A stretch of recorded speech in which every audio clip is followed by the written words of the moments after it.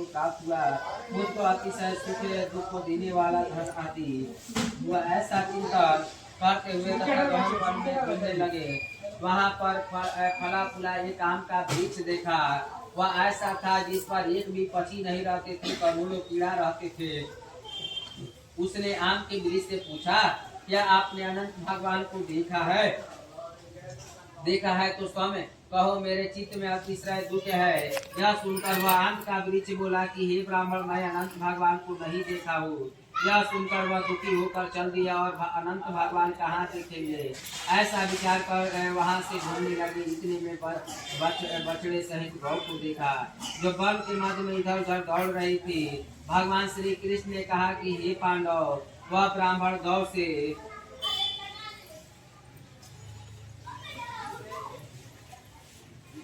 बोला कि क्या तुमने अनंत भगवान को देखा है? इसके बाद गौ बोली कि हे कौंडिन्य, मैं अनंत भगवान को नहीं जानती हूँ।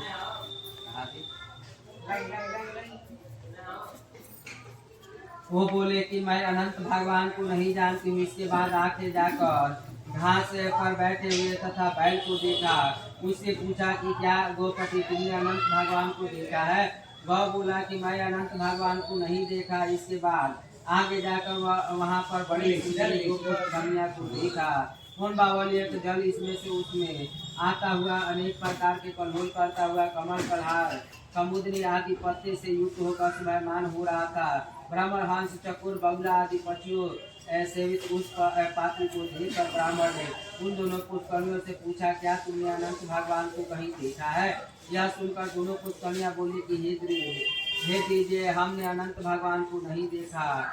आगे जाकर उसी तरह एक हाथी को देखा, एक गधा को देखा और उन दोनों ने ब्राह्मण से पूछा, क्या आप लोगों ने अनंत भगवान को देखा? ऐसा पूछकर ब्राह्मण निराश होकर उस जगह पर बैठ गए। धीरा वह कौंडिन्य जीवन में निराश हो गए। ऐसा तथा बहुत गर्म विश्वास लेकर पड़े। फिर वह ब्राह्मण होश में आकर तथा अनंत ऐसा कहते कहते उस चित्त में निश्चित करता हुआ तथा अब मैं जाकर प्राण त्याग दूंगा।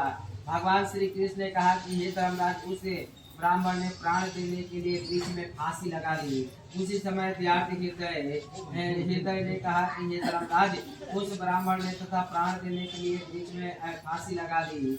तब अनंत भगवान प्रत्यक्ष हो गया। वृद्ध ब्राह्मण का रूप धारण कर बोले कि यहाँ आओ। यह कहकर उस कौंडिन्य का हाथ पकड़कर गुफा में ले गए। उस गुफा में कौंडिन्य मुनि ने एक नगर देखा जिसमें बड़ा ही स्वरूप स्त्री पुरुष विद्यमान थे और शुभदायक थे। दिव्य सिंहासन पर भगवान बैठे थे, जिनके अगल बगल